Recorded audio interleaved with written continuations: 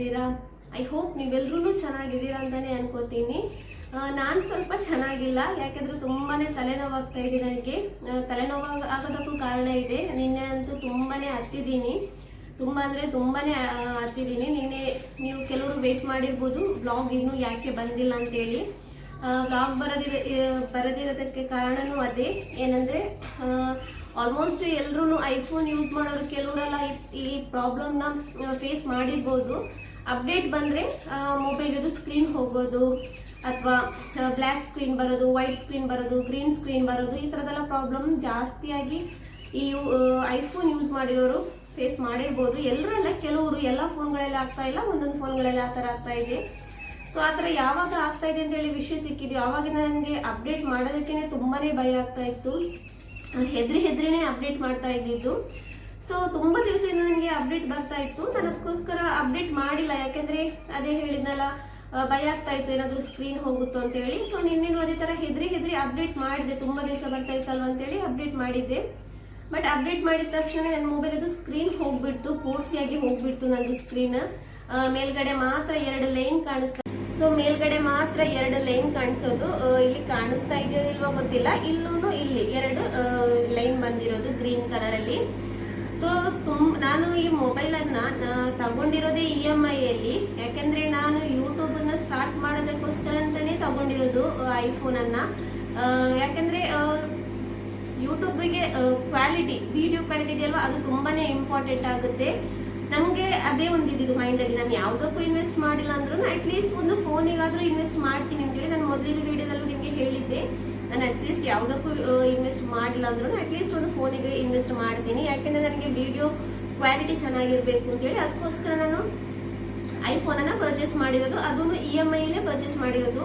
ಇನ್ನೂ EMI ನಂದು ಮುಗ್ದಿಲ್ಲ, ಇನ್ನೂ 2 EMI ಬಾಕಿ ಇದೆ ನಂದು.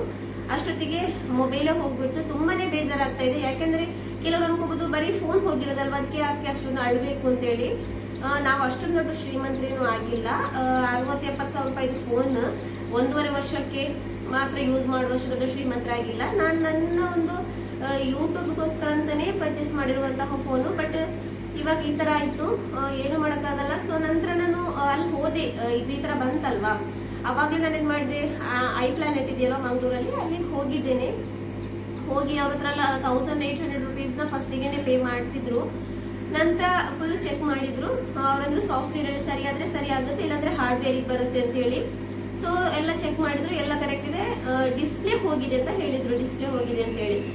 ಸೊ ಏನು ಮಾಡೋದು, ಡಿಸ್ಪ್ಲೇಗೆ ಎಷ್ಟು ಅಂತೇಳಿ ಕೇಳುವಾಗಾದ್ರು 30,000 ರುಪೀಸ್ ಆಗುತ್ತೆ ಅಂತೇಳಿ. ಇವಾಗ ಈ ಫೋನ್ ತಗೊಳ್ಳುವಾಗ ನಾವು 65 ಸಮಥಿಂಗ್ ಆಗಿದೆ, 65 ಸಮಥಿಂಗ್ ಆಗಿರುವಂತಹ ಫೋನು. ಇವಾಗ ನಾವು ಇದನ್ನ ರೀಸೇಲ್ ಮಾಡೋದಾದ್ರೆ ನಮಗೆ 25,000 ರುಪೀಸೂ ಸಿಗಲ್ಲ ಇದರಲ್ಲಿ.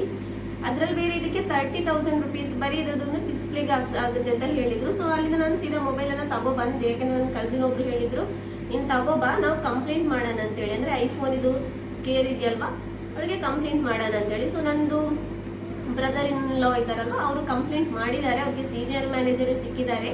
ಸೊ ಅವ್ರು ಹೇಳಿದ್ರಂತೆ, ಓಕೆ ನಾವು ನೋಡ್ತೀವಿ, ನಾವು ಸ್ಟೋರಿಗೆಲ್ಲ ಇನ್ಫಾರ್ಮ್ ಮಾಡ್ತೀವಿ, ನಂತರ ನಿಮಗೆ ಟ್ಯೂಸ್ಡೇ 3:30 ಆಗುವಾಗ ನಿಮ್ಗೆ ಕಾಲ್ ಮಾಡಿ ಏನು ವಿಷಯ ಅಂತೇಳಿ ಹೇಳ್ತೀವಿ ಅಂತೇಳಿ. ಸೊ ನನಗೆ ಇವಾಗ ಏನು ಭಯ ಇರೋದು ಅಂತ ಹೇಳಿದ್ರೆ, ಇವಾಗ ನಾನು ಈ ವಿಡಿಯೋ ಮಾಡ್ತಾ ಇದ್ದೀನಲ್ವ, ಇದು ಇನ್ನೊಂದು ಫೋನು, ಅಂದ್ರೆ ನನ್ನ ತಂಗಿದು ಫೋನು, ಹಳೆ ಫೋನು. ಸೊ ಅದರಲ್ಲಿ ಇವಾಗ ನಾನು ವಿಡಿಯೋ ಮಾಡ್ತಾ ಇದ್ದೀನಿ. ನನಗೆ ವಿಡಿಯೋ ಕ್ವಾಲಿಟಿ ಇದೆಯಲ್ವಾ, ಅದರಲ್ಲಿ ತುಂಬಾ ಟೆನ್ಷನ್ ಆಗ್ತಾ ಇದೆ. ತುಂಬ ಜನ ಕ್ವಾಲಿಟಿ ಇದ್ರೇನೆ ವಿಡಿಯೋ ನೋಡ್ತಾರೆ, ಜಾಸ್ತಿಯಾಗಿ ಕ್ವಾಲಿಟಿ ಇಲ್ಲ ಅಂದ್ರೆ ಅಷ್ಟೊಂದು ನೋಡಲ್ಲ, ಸ್ಕಿಪ್ ಮಾಡಿಬಿಡ್ತಾರೆ. ನನಗಿವಾಗ ಇರುವಂತಹ ಭಯನೂ ಅದೇ ಆಗ್ಬಿಟ್ಟಿದೆ. ಯಾಕೆಂದ್ರೆ ನನಗೆ ಇವಾಗ ನೀವು ತುಂಬಾನೇ ಸಪೋರ್ಟ್ ಮಾಡ್ತಾ ಇದ್ರಿ, ತುಂಬಾನೇ ಸಪೋರ್ಟ್ ಮಾಡಿದ್ದೀರಾ. ತುಂಬ ಪ್ರೀತಿನೂ ಸಿಗ್ತಾ ಇದೆ ಕಮೆಂಟ್ ಮೂಲಕ, ಎಲ್ಲತ್ರಲ್ಲೂ ನನಗೆ ತುಂಬಾನೇ ಪ್ರೀತಿ ಸಿಗ್ತಾ ಇದೆ. ಇವಾಗ ನನಗೆ ಭಯ ಆಗ್ತಾ ಇದೆ, ನೀವು ನನಗೆ ಇದೇ ತರ ಸಪೋರ್ಟ್ ಮಾಡ್ತೀರಾ ಇಲ್ವಾ ಅಂತೇಳಿ. ನಂಬಿಕೆ ಇದೆ ಮಾಡ್ತೀರಾ ಅಂತೇಳಿ, ಆದ್ರೂ ಒಂದು ವಿಡಿಯೋ ಕ್ವಾಲಿಟಿ ಬಗ್ಗೆ ತುಂಬಾನೇ ಭಯ ಆಗ್ತಾ ಇದೆ ನನಗೆ. ಸೊ ನಿಮ್ಮ ಹತ್ರ ನಾನು ಒಂದೇ ಒಂದು ಕೇಳ್ತಾ ಇರೋದು, ಒಂದು ಸ್ವಲ್ಪ ದಿವಸ ಈ ಫೋನ್, ಇವಾಗ ಕೆಲವರು ಹೇಳ್ತಿದ್ದಾರೆ 7,000 ಕರೆಕ್ಟ್ ಸರಿ ಆಗುತ್ತೆ, ಕೆಲವರು ಅಂತಿದ್ದಾರೆ 3,500 ರೂಪಾಯಿ ಕರೆಕ್ಟ್ ಆಗುತ್ತೆ. ಆಮೇಲೆ iPlanetಗೂ ಅಂದ್ರೆ ನಾವು ಐಫೋನ್ ಕೇರಿಗೂ ನಾವು ಕಂಪ್ಲೇಂಟ್ ಮಾಡಿದೀವಲ್ವಾ, ಸೊ ಅವರು ಟ್ಯೂಸ್ಡೇ ತನಕ ಹೇಳಿದ್ದಾರೆ. ಅಲ್ಲಿ ತನಕ ನೋಡೋಣ ಯಾವ ತರ ಏನಾಗುತ್ತೆ ಅಂತೇಳಿ. ಅಲ್ಲಿ ತನಕ ಆದ್ರೂ ನೋಡಬೇಕು. ಅವರು ಇಲ್ಲ ಆಗಲ್ಲ ಅಂತೆಲ್ಲ ಹೇಳಿದರೆ ಏನೂ ಮಾಡೋಕ್ಕಾಗಲ್ಲ ನಮಗೆ.